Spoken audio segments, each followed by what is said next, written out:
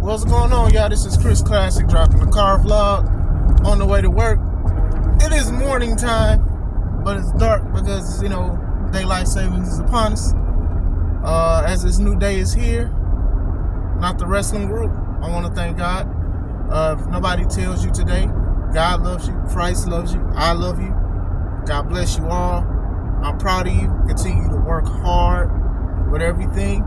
If you're stuck in a rut of dealing with stuff, I pray you get out. I pray you use the dominion and the authority to find peace and discernment in that struggle. Make sure you subscribe to this channel, the Take It Home Podcast. Make sure you subscribe to my second channel, C3 Ultimate Wrestling, me and my wife's professional wrestling company. We got a show next week, The Amazing World.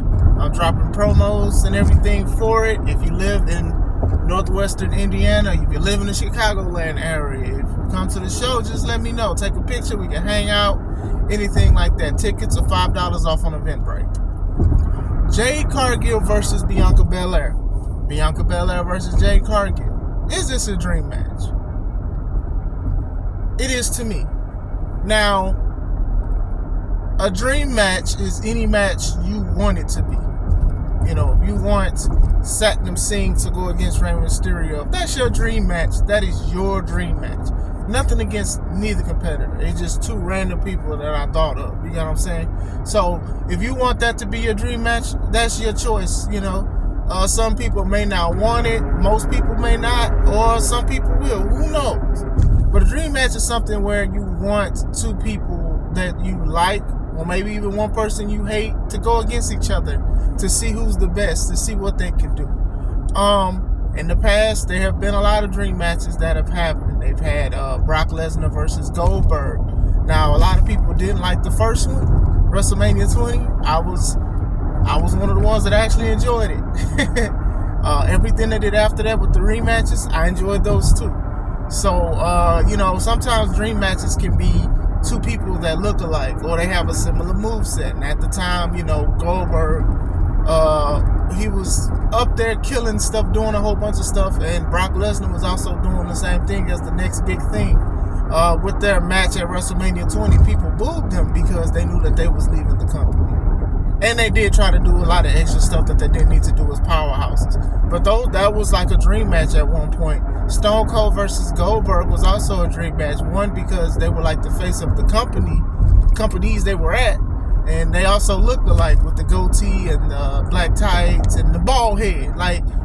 But still, people would have paid to see that. People want to see that. Sting versus The Undertaker. This was a match for the past 15 years. Even longer than that, people wanted to see, especially when Sting turned into Crow Sting in WCW, hanging from the rafters and stuff.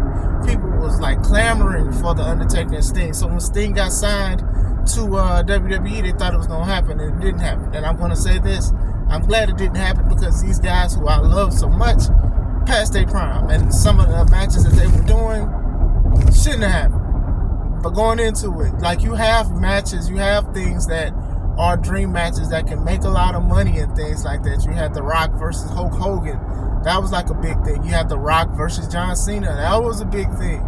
You get what I'm saying? So it's just dream matches can be anything you want to, but usually it's two popular wrestlers. John Cena versus AJ Styles. That was a dream match because Cena was the face of WWE and AJ Styles was the face of TNA Impact Wrestling for a while. You know what I'm saying? And then we got a lot of matches with them, and they had bangers almost each time, basically.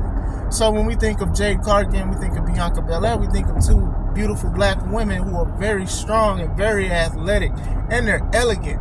You know what I'm saying? People be especially with Jade. Jade has more of a physique, Some would say it's a manly feature to look like that. And, WWE has a history of getting muscular women that just, don't look like women. No offense to them or whatever like that, but that's just how they portray them. You know what I'm saying? So with Jade, especially, you see how she is, and see how much she cares, because, she does fitness and all of that stuff. It's dang near her life. She puts in 100% into what she does.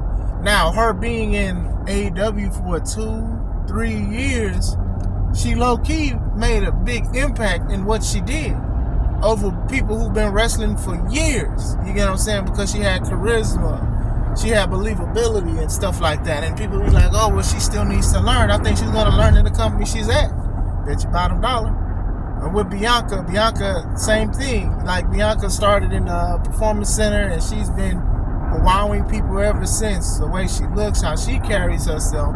Not only just being a straight powerhouse, but also doing athletic things like 450s and just doing a whole bunch of crazy stuff that people can get behind. Like, these two women are brands. And I've always said that if you want to be a wrestler that sells merch, you got to be a brand. And I think both women do a great job with that. I think they carry themselves. I think WWE is also going to a thing where they are giving women of different shapes more opportunities and things like that, because, you know, even Rhea, right? Rhea's like looking a lot stronger and things like that, and she's picking up men and body slamming men and things like that. So this is a good time to show that women can look and be physically strong and be elegant at the same time. And, you know, these two women that have been killing it in the game. They've been dominant. They've been doing a lot of great things. They've had championships for a long time, for over a year. So we definitely see this. We definitely see it as a dream match. People are anticipating. I think at the right time it'll be good. Would I do it now? No, I wouldn't do it now. One, I'd build it. And two, I'd make sure Jade was a little bit more ready and things like that. And who knows? Some people, when you push them right, they can be ready in days. But I want it to be perfect. I want it to be at a great pay-per-view. I think a lot of people are looking at it like, a lot of people don't understand, especially from what I see with Bianca, is that you have a lot of young women, young girls that look at wrestling because of her and things like that. And I think when someone look at Jade, they'll do it too. I'm not sitting there saying that they didn't watch her in AEW, but let's be honest. You know, AEW really dropped the ball, let alone the bag, when they let Jade Cargill go. She's one of the most charismatic athletes they had. Actually, she left for a reason. I'm sorry, I had to correct myself. You know, she made subliminal tweets and stuff like that before, and I don't think they knew what they wanted. I think they did put a cap on her. Some people don't want to do caps. I think a lot of wrestlers there in AEW are fine with being capped. They're getting paid. They're doing a whole bunch of good stuff that they want to do. They don't want to get better because they don't need to, and they're not asked to, and I've already made a video about it. But some wrestlers want to be like, hey, I want to at least try to be number one. You know, you had your Britt Bakers, you had your Sarayas, you had your Tony Storm, you had all these women that were former champions and things like that. They never even crossed paths with Jade Cargill. So, yeah, that is a problem. And it sends a message to a lot of people, too. I don't even think Jade's going to be the last person that's going to AEW if you look at AEW's booking. But, yeah, AEW messed up bad. They messed up bad because what they should have did was they should have eventually made her AEW Women's Champion. And for the ones that are saying, oh, she's not ready, she need more practice, when you look at the women who were champion that mess up bad, they needed practice too. But y'all can keep sweeping that under the rug if y'all want to. That's fine. That's fine. And sometimes you got to put the opinions to the side and pull out the facts. Like, people say, oh, she messes up a lot. I'm like, she didn't mess up as much as some of these women that's been in the independents for years. Like, y'all got to stop, man. If you don't like her, just say you don't like her, but don't lie on her. You don't have to lie on her. What does that do? That does nothing. Nothing means nothing. It does nothing. But yeah, this is definitely a dream match that I'm looking forward to. Hopefully we get to see it. You know, as soon as we get signings, a lot of people pair up stuff. I mean, even when Adam Copeland, formerly known as Edge, signed to AEW, a lot of people was clamoring at him and Omega, or Edge and Christian reuniting to go against the Hardys again, or Edge and Christian to go against the Young Bucks.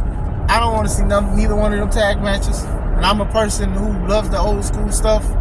But we got to go into another video about that because I don't want to sound like I'm trying to be negative. But we'll see where it goes. Are y'all excited about it? I'm excited about it. You know, I think they're going to do Jade right. The only person that's going to stop Jade is Jade. You get what I'm saying? That's how I feel about it. I think WWE knew and saw what she could do, and they're like, okay, well, we're going to make the best of it. And I think she'll have a bigger following, obviously, because it's a bigger platform. Bianca taking a break now. If y'all going to debut Jade soon, this is how you can do it. You have Jade possibly feud with Nia Jax, or, you know, they got all these women that just came back from injury. This is a perfect time. Now, some people, the rumors are she's going to debut at Fastlane. Now, that'll be interesting. That'll be crazy, but we'll see where it goes. I think this is definitely a dream match for the ages. I hope you guys are having a wonderful day. I hope you guys have a wonderful day. This is Chris Classic. Let's take it home.